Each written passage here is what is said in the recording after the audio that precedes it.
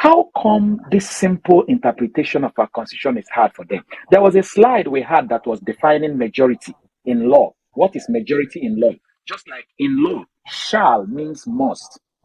Can we see what is the definition? The law, you see, in law, legal definition of majority, it says generally, a majority means a number greater than half of the total. In other words, more than 50%. These councils that are representing APC, they went to law school. They have been litigating before. Why is it that they are just acting as if they are waking up to this reality today? Now, let's go back to the truth. The truth of the matter is that, assuming all things being equal, that the Supreme Court decides to say, everything INEC did, we are fine with it. We are okay. The result they declared is okay. However, 25% of Abuja is a must, which is what these people are now realizing. They are still feeling that they have INEC in their pocket and that the court will rule in their favor. But they are now convinced that the court will not rule in their favor on the matter of FCT. But they still carried away without realizing that if that is the case, that Atiku is not the person who will contest with them. Yeah. PDP is not the party that will contest with them. It is Labour Party. Do you know why?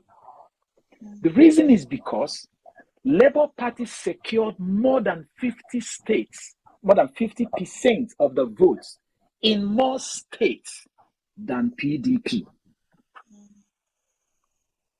And that is what Festus Okoye just said there.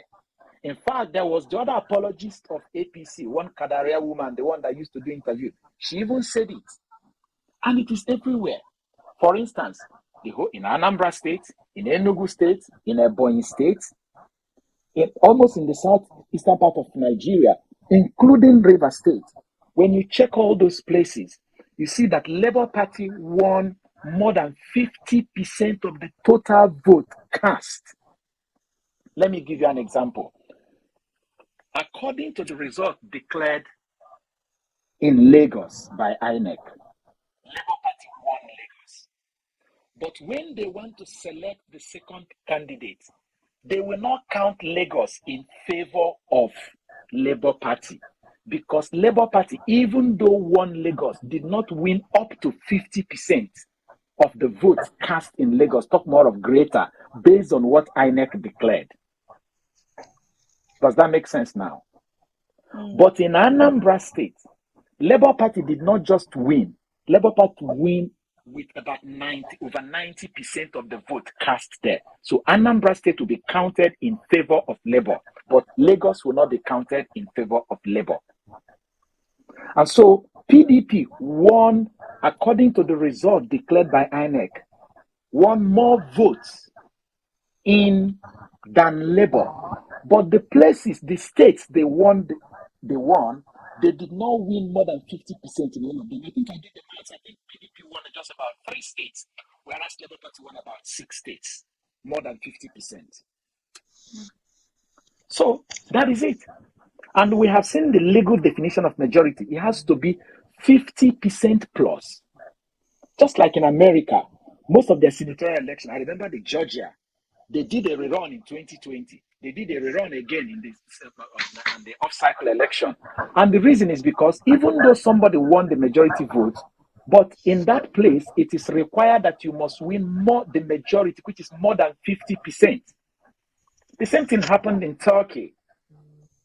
They were talking of more than 50 majority, which is more than 50%. So I don't know how APC is interpreting their own constitution. I don't even know how they're interpreting the electoral law. Because if indeed they're interpreting the electoral law, how can they say that IREV is immaterial when the law specifically said that collation can only be done, shall only be done, if there is a copy on the IREV and the physical copy, so that you can use the physical copy that is always the trouble to compare with the one that is uploaded. So it means that Based on this, we can conclude this night that APC have finally succumbed, that Abuja 25% is a reality. But that is not enough. I'm sure that before even you get to the Supreme Court, they will also succumb that INEC did not abide by the Electoral Act. And need I say that maybe before the Supreme Court give their own verdict, they will also admit that their candidate is not even qualified, because the Allied People's Movement case is a killer. When that comes, the presidential candidate if that judgment comes in favor of APM, the presidential candidate of APC is disqualified, because he had 14 days from the day Masari withdrew his nomination as vice president to replace it, but he waited until 21 days. That is a disqualification factor. Supreme Court had ruled in that same situation in the case of Okocha in Delta State. So we haven't even mentioned the prayer of other factors that warrant for future submitting a different name as NYSC certificate and what have you. We're just talking plain things. So, but I think good thing is happening here. Good thing that is happening here is that the way the information of what is happening in the court is filtering out, and Nigerians getting involved in the discussion. You see, education, people are getting educated, people are getting informed.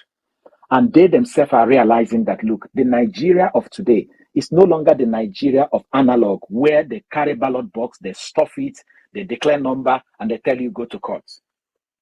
Abuja.